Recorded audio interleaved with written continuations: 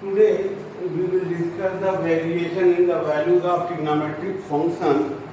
in different coordinates. Before discussing it, I will repeat the some point of the last class कि हमने वहाँ जाना कि last class में हमने जब डिस्कस किया था तो हमने पाया था कि सर्कुलर सिस्टम में हमने ये देखा कि फर्स्ट क्वाड्रेंट में सारी वैल्यूज सारे रेशियोज पॉजिटिव थे, सेकेंड क्वाड्रेंट में साइन और कोसेक पॉजिटिव था और बाकी अदर निगेटिव थे, थर्ड क्वाड्रेंट में टेन और कॉट पॉजिटिव था और बाकी सारे निगेटिव थे, और फोर्थ में कॉस और सेक पॉजिटिव था, बाकी सारे निगेटिव थे। ये हो किसकी वजह से रहा था? ये एक्स वाई कोऑर्डिनेट के साइन की वजह से हो रहा था, क्योंकि हाइपोटेनस यानी रेडियस तो ऑलवेज पॉजिटिव रहेगी, क्योंकि ऑब्वियसली हम एक बात अगर करेंगे अगर रेडियस आर है तो R equal to X square plus Y square होता है बाई द पाइथागोरस थ्योरम।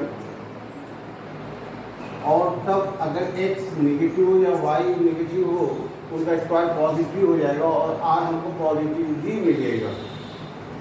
तो जो भी इफेक्ट पड़ रहा था वो पड़ रहा था due to the sine of x coordinate और y कोऑर्डिनेट, जिसकी वजह से डिपेंड कर रहा था कि किस कोऑर्डिनेट में कौन पॉजिटिव है और कौन नेगेटिव। तो हमने वहाँ पढ़ा कि फर्स्ट क्वाड्रेंट में all positive, second sine and cosec positive, third tan and cot positive, and in fourth cos and sec positive. But here we are going to discuss variation in the values of trigonometric function in different quadrants. तो जैसे अगर हम first quadrant में आए, बात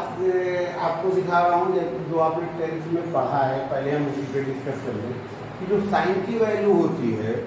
वो sign 0 की value 0 होती है, साइन 30 की 1/2, साइन 45 1/√2, साइन 60 √3/2 और साइन 91। तो क्या हुआ, हमने पाया कि साइन की वैल्यू 0 से 1 के लिए इंक्रीज की, फिर 1 से लेकर के -1 से लेकर 0 के लिए डिक्रीज करती रहेगी पॉजिटिव, क्योंकि साइन सेकेंड क्वाड्रेंट में पॉजिटिव है, लेकिन वैल्यू क्या हो रही है 90 पे 1 है, लेकिन 180 तक आते आते वो 0 हो जाती है, फिर 0 से वो डिक्रीज करती है और कहाँ आती है -1 पे, क्योंकि जो x की वैल्यू होती है वो y कोऑर्डिनेट पर डिपेंड करती है, तो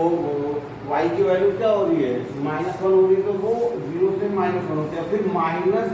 होती निगेटिव है बट -1 से इंक्रीज करके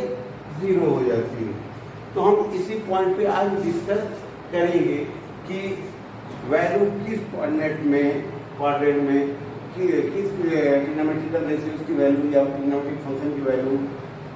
बढ़ती है या घटती है और कहाँ से कहाँ तक वो जाती है। So here we take x o x dash and y o y dash as a coordinate axis. Take x o x dash and y o y dash o y be the coordinate axis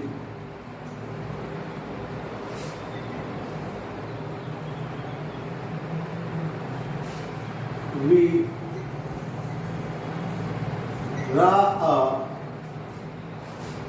unit circle